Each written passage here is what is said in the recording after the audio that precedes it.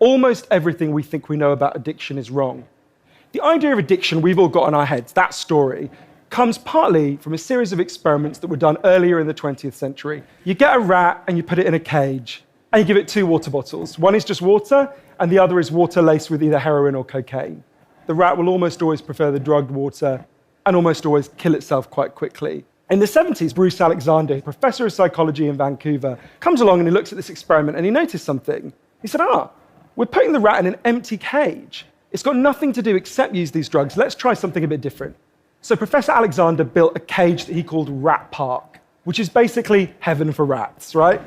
They've got loads of cheese, they've got loads of colored balls, they've got loads of tunnels. Crucially, they've got loads of friends, they can have loads of sex, and they've got both the water bottles, the normal water and the drugged water. But here's the fascinating thing. In Rat Park, they don't like the drugged water. They almost never use it. None of them ever use it compulsively. None of them ever overdose. You go from almost 100% overdose when they're isolated to 0% overdose when they have happy and connected lives. What if addiction isn't about your chemical hooks? What if addiction is about your cage? What if addiction is an adaptation to your environment? This has really significant implications. The most obvious implications are for the war on drugs, right?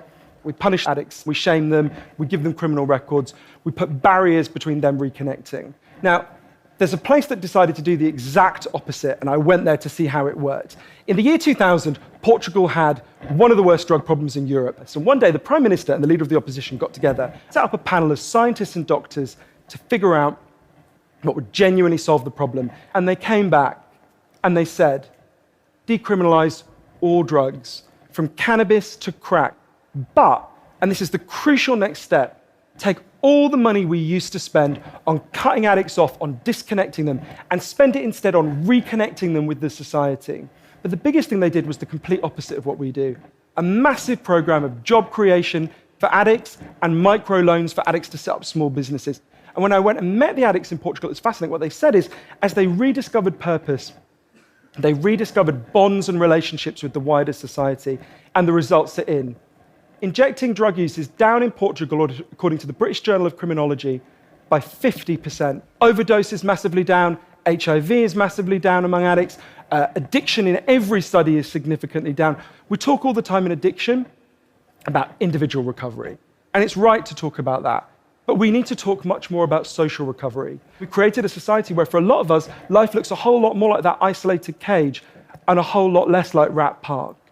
What I try to do now, and I can't tell you I do it consistently, and I can't tell you it's easy, is to say to the addicts in my life that I want to deepen the connection with them, to say to them, I love you, whether you're using or you're not, and if you need me, I'll come and sit with you, because I love you and I don't want you to be alone or to feel alone.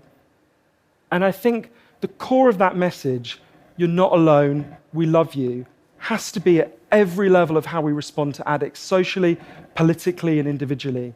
Because the opposite of addiction is not sobriety. The opposite of addiction is connection.